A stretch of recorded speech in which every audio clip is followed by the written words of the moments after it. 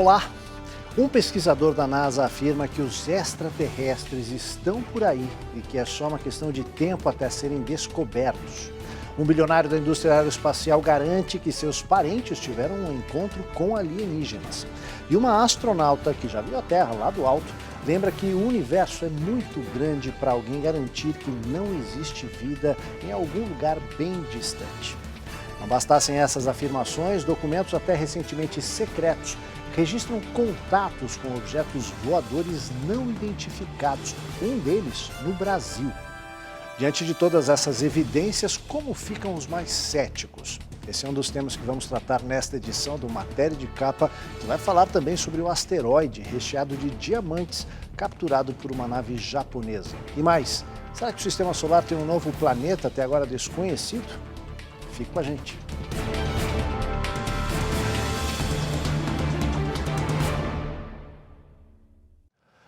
Para um ex-pesquisador da NASA e atual professor de física na Universidade de Albany, no estado de Nova York, não há dúvida. Os alienígenas estão por aí e é só uma questão de tempo até serem encontrados.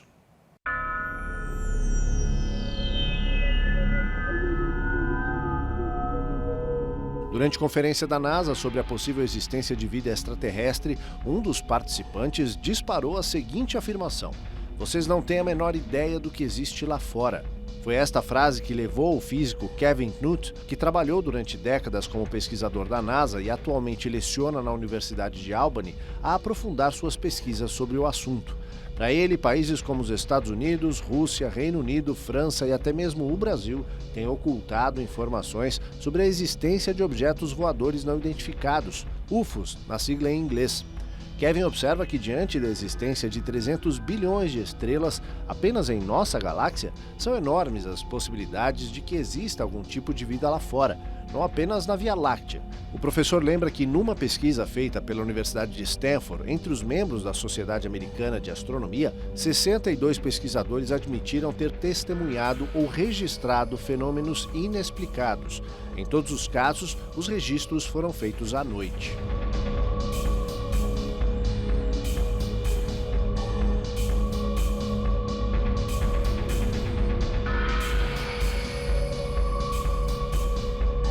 Essa questão ela é muito moldada não só pela ciência, pelos dados que a gente tem, mas pelas expectativas, né? E pelo que se cria em torno desse tema. Muito se fala e existe um intercâmbio muito grande entre cultura e ciência em que essas ideias se intercambiam.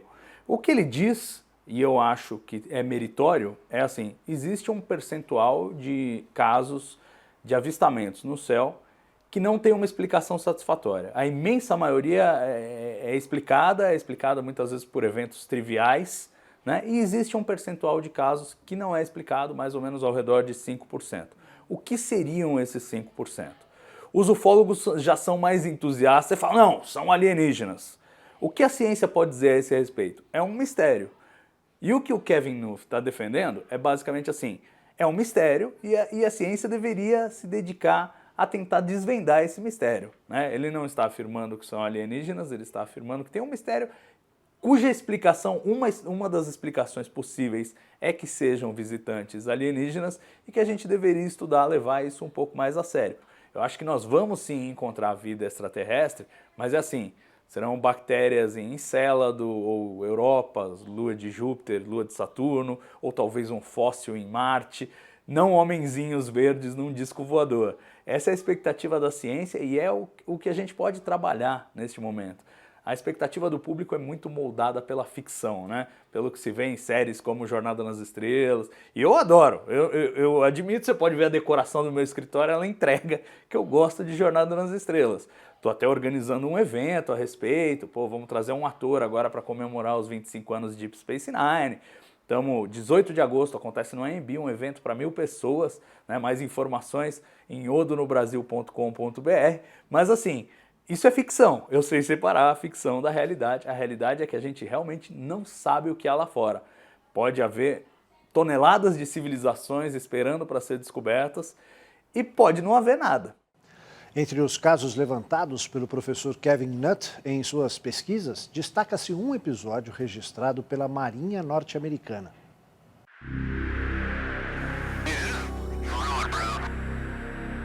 Segundo o relato, um caça Super Hornet da Marinha dos Estados Unidos voava a cerca de 160 quilômetros de San Diego, no litoral do Pacífico, quando o piloto recebeu um chamado da tripulação do cruzador Princeton, que navegava na área.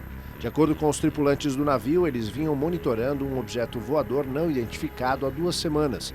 Era uma espécie de nave em formato oval que pairava sobre o navio, mas a grande altitude. Em poucos minutos, o piloto do Hornet, um avião semelhante a esse, localizou a nave, mas assim que tentou se aproximar, ela acelerou numa velocidade nunca vista.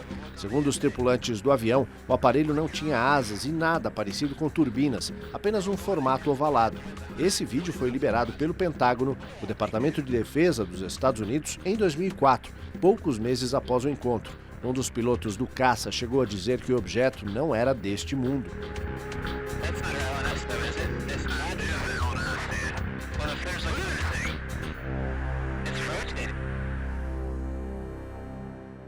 O material pesquisado pelo professor Kevin também inclui um documento procedente do Brasil.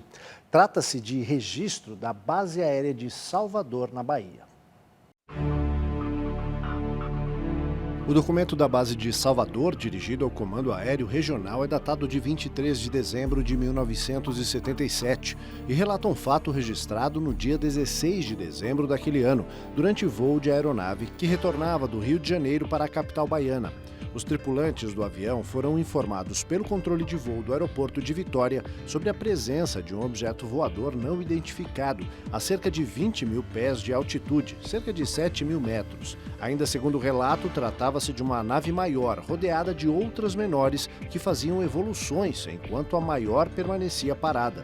Os tripulantes disseram que só conseguiram ver uma enorme bola, da cor das estrelas, e que a presença de muitas nuvens impediu melhor visibilidade. O documento leva a um carimbo de confidencial.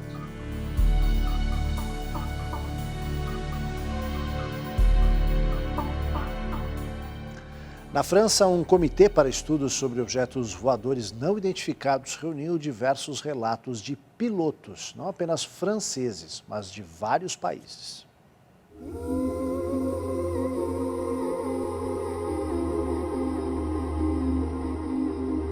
Conhecido como Associação Cometa, o grupo reuniu especialistas do Centro Nacional de Estudos Espaciais da França, CNES, na sigla em francês, e do Instituto de Altos Estudos de Defesa Nacional. O estudo divulgado em 1999 inclui depoimentos de pilotos franceses de caças Mirage datado de 1977, além de comandantes de voos comerciais da Air France registrados em 1976 e em 1994. Aponta ainda registros feitos em Teherã, no Irã, Bariloche, na Argentina e na Rússia, esse último testemunhado por várias pessoas. O documento menciona ainda inúmeros outros fenômenos em território francês, o que levou os pesquisadores a acreditarem que o tema dos UFOs deve ser encarado sem preconceitos.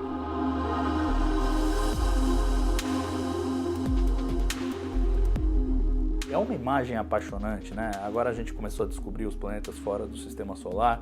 Eu, desde menino, na verdade, costumo olhar para o céu, olhar para uma estrela e falar, pô, será que tem um planeta ali? Será que tem um cara olhando para mim aqui enquanto eu estou olhando para ele lá? E é um pensamento divertido. E é essa grande interrogação que o universo apresenta a nós que nos motiva a buscar essas respostas. Mas assim, eu acho importante que a gente resista à tentação de, na falta de ter as respostas, que a gente as invente, né? Existe muito de preencher lacunas, é assim que a forma de pensar humana funciona mesmo. Se você não tem uma informação, você preenche com aquilo que você acha que é. E assim você cria uma visão de mundo que é mais ampla. Mas a ciência tem que resistir a essa tentação, tem que buscar realmente as respostas e tem que ter a coragem, que não muita gente tem, de que quando você não sabe uma resposta, você diz, a resposta é eu não sei. A resposta não é deve ser isso, deve ser aquilo. Eu acho que é nesse sentido que os cientistas são cautelosos na hora de afirmar, olha, não sei se há ou se não há vida fora da Terra. Estamos procurando. Bilionário norte-americano que fez fortuna na indústria aeroespacial não apenas acredita na existência de extraterrestres, como afirma que eles já estiveram na Terra em várias ocasiões. Just outside Las Vegas, Robert Bigelow's story takes a turn that some may find to Em entrevista ao programa 60 Minutes da CBS, Robert Bigelow mostrou aos repórteres o local descampado onde, segundo afirma, seus avós tiveram um encontro com um objeto voador não identificado.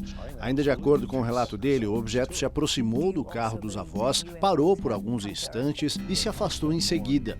Essa história, encarada com reservas por algumas pessoas, é que teria levado Bigelow, muitos anos depois, a investir na indústria aeroespacial, o que lhe trouxe uma fortuna de bilhões de dólares. A Bigelow Aerospace produz componentes para foguetes utilizados pela NASA, além de outras agências espaciais da Europa e Ásia.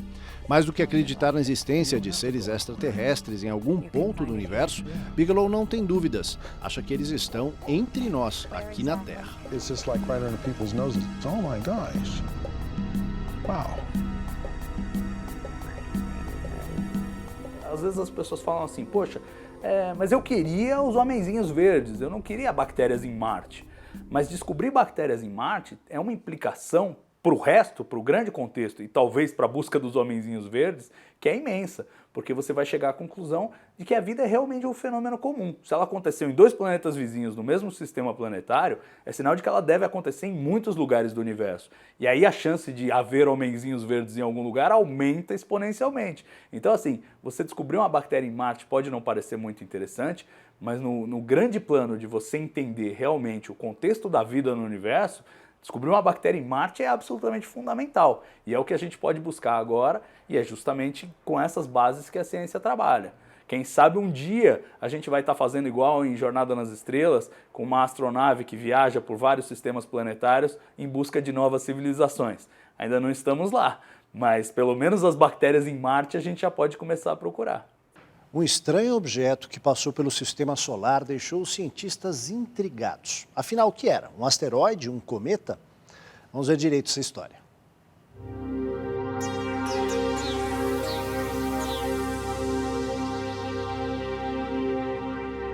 Na primeira vez em que foi detectado, o objeto não apresentava cauda, a mistura de poeira e gelo que define os cometas. Os cientistas então acreditaram que se tratava de um asteroide, mas acontece que o tipo de voo era diferente e, depois de várias análises, os pesquisadores do Museu de História Natural de Londres, liderados pelos professores Sarah Russell e Marco Micheli, concluíram que se tratava mesmo de um cometa.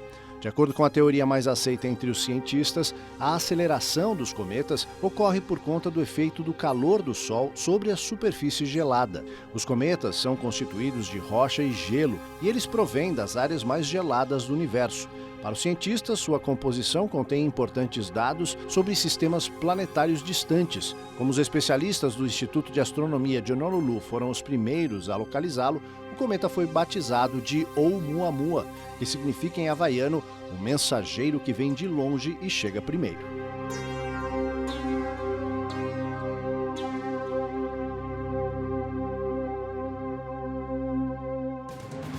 No próximo bloco, o astronauta da NASA lembra que o universo é grande demais para se afirmar que não existe vida em algum lugar do espaço. E mais, será que o sistema solar abriga um planeta ainda não identificado? A gente volta já.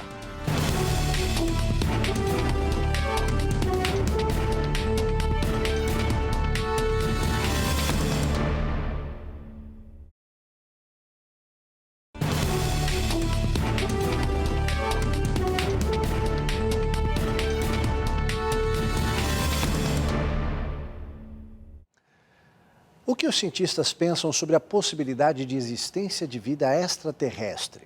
Uma astronauta da NASA, que já esteve 2 vezes no espaço, responde às perguntas feitas por um grupo de crianças durante um programa da rádio BBC. O menino pergunta se ela acredita em alienígenas e diz logo que ele acredita. Karen Nyberg responde que há uma possibilidade de existência de vida em algum lugar do universo além da Terra. Até agora não se viu nada no sistema solar e mesmo a partir da estação internacional que comprove isso. Mas o universo é muito grande, tão grande além de nossa imaginação. E a possibilidade de que exista algum tipo de vida que chamamos de alienígenas é provável. Já a menina quer saber se Karen se sente segura no espaço. E ela diz que se sente segura, principalmente porque há um treinamento intenso para enfrentar qualquer situação de perigo. E temos um grupo de pessoas em Houston e outros centros de controle de voo que monitoram a estação espacial, checando tudo para que não ocorram problemas. Então me sinto segura. E esse quer saber como ela se sente nos primeiros instantes, quando chega ao espaço. A resposta? Os primeiros minutos no espaço são muito surreais. Você acabou de ser lançado num foguete que sobe rapidamente em 8 minutos e meio, o que o faz sentir muito pesado, e então, de repente, você está flutuando no cinto de segurança. E você está nesse ambiente incomum em que você nunca esteve. O fato é que você tem muito trabalho para fazer e, num primeiro momento, não há tempo para pensar nesse lugar tão legal, mas é muito empolgante, sem dúvida. A vastidão do universo faz a gente pensar que é muito improvável que não tenha nada lá fora, né? Mas, por outro lado, a gente não tem a menor ideia de qual é a probabilidade de que química pré-biótica se torne vida e que vida eventualmente se torne vida inteligente. A gente não sabe esses números porque a gente conhece um único caso e com um único caso você não faz estatística. Então a gente não sabe. A gente tem que contrastar a enormidade do número de planetas e estrelas com o nível de probabilidade. Se for mais improvável do que o número de estrelas e planetas, aí provavelmente estaremos sozinhos. Se não for, se for menor, aí muda a relação. Então, quer dizer, a gente depende, para fazer essa estimativa, que normalmente é feita por um artefato conhecido como a equação de Drake, né? Você coloca os vários fatores que determinam a existência de uma civilização, inclusive o tempo de vida de uma civilização, que eu diria que é o fator mais crucial para nós como civilização, ou seja, quanto tempo nós podemos sobreviver antes que sobrevenha uma catástrofe sobre nós, né? Então ele fala da gente, não fala só lá fora, mas todos esses fatores são importantes e muitos desses fatores são desconhecidos. Então, dependendo do número que você colocar lá na equação de Drake, você pode concluir que tem milhões de civilizações lá fora ou que nós somos os únicos. E não dá para saber nesse momento, a gente precisa de mais dados. Daí a busca por bactérias em Marte, em Europa, aí a gente começa a calibrar um pouco melhor o que a gente espera da vida, né? Onde que a vida vai se desenvolver, quais são os parâmetros, quais são as probabilidades dela evoluir em outros lugares como evoluiu aqui na Terra. Os pesquisadores estão cada vez mais convencidos de que se existe um lugar, veja bem, no sistema solar, capaz de abrigar algum tipo de vida, esse lugar é Encelados, a lua de Saturno.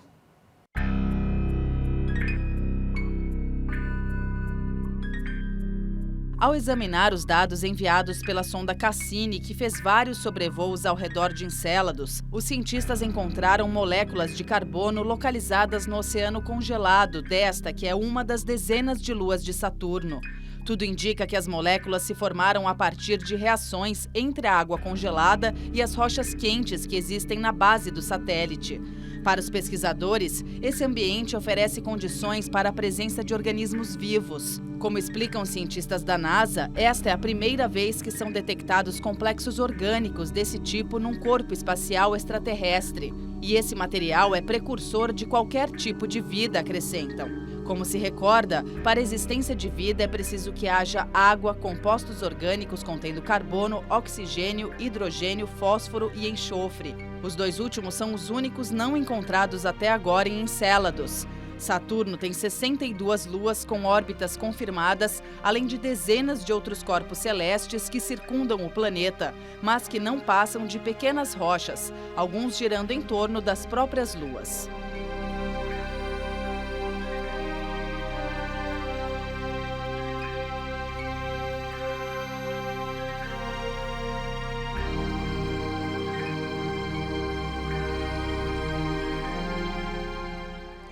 Depois de percorrer 290 milhões de quilômetros ao longo de 4 anos, uma nave japonesa chega a um asteroide que é formado em boa parte por diamante e outros minerais valiosos.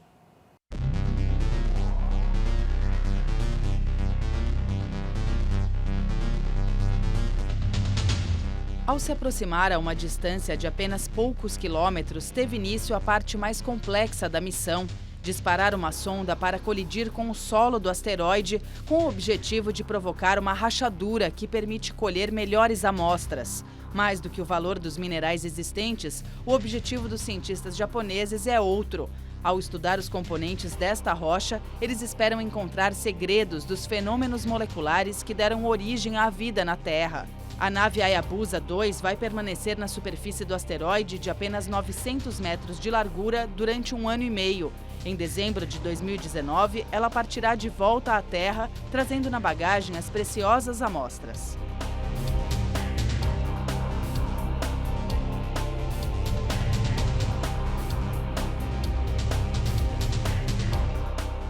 Será que existe um planeta ainda desconhecido no Sistema Solar, situado muito além de Netuno e Plutão? A estranha evolução de um asteroide pode ser uma pista importante, acreditam alguns astrônomos.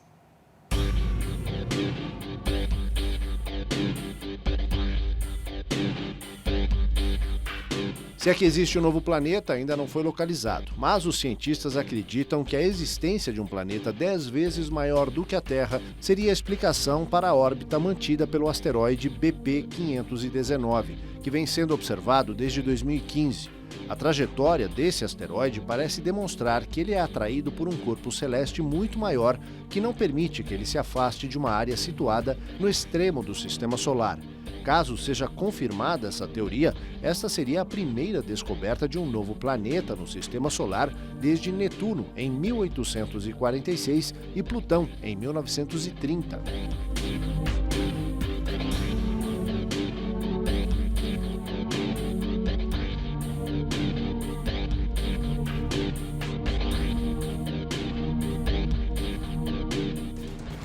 Daqui a pouco, astrônomos europeus captam a primeira imagem de um planeta recém-nascido. E mais, nave Juno vence cinturão radioativo e revela alguns dos segredos de Júpiter. Não sai daí.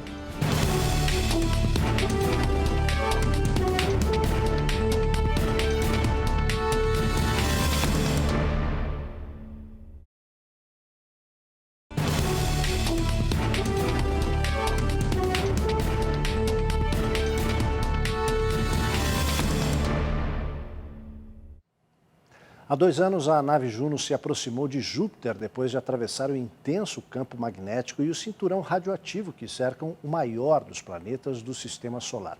Desde então, os dados enviados à Terra revelaram alguns segredos desse gigante. On the 5th of July 2016, Juno successfully arrived at Jupiter and inserted itself into a polar orbit. Foi no dia 5 de julho de 2016 que Juno fez a mais próxima abordagem de Júpiter já realizada até hoje, iniciando uma órbita polar.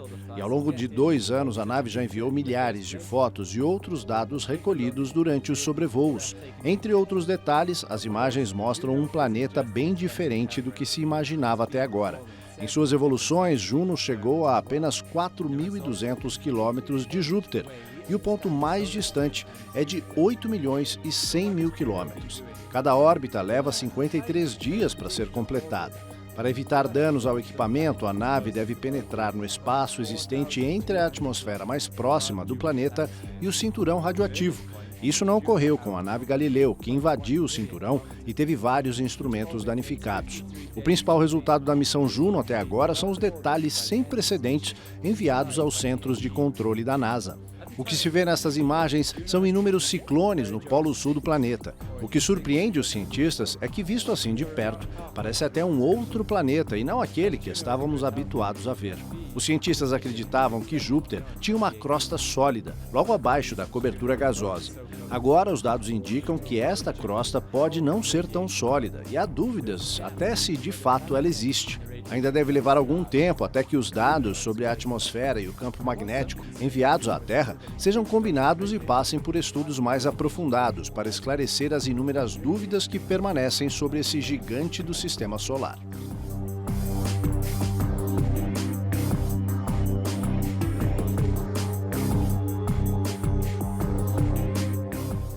Astrônomos europeus divulgam a primeira imagem de um planeta recém-nascido.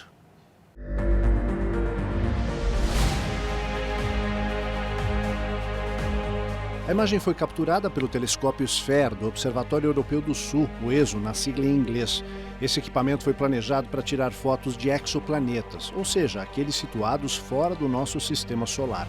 Esse telescópio faz parte da estrutura VLT, o chamado Very Large Telescope, instalado na localidade de Cerro Paranal, no deserto do Atacama, no Chile. O novo planeta foi batizado de PDS-70b, nome escolhido porque ele orbitará a estrela PDS-70. A imagem mostra o novo astro navegando no disco de gás e poeira criado pela estrela que vai orbitar.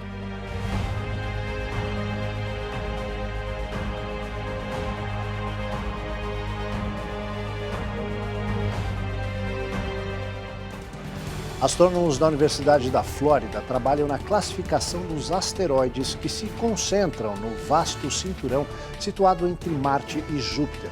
Considerados apenas os de maiores dimensões, eles somam mais de 400 mil, sem contar as inúmeras rochas espaciais de menor tamanho. Por que é importante a classificação?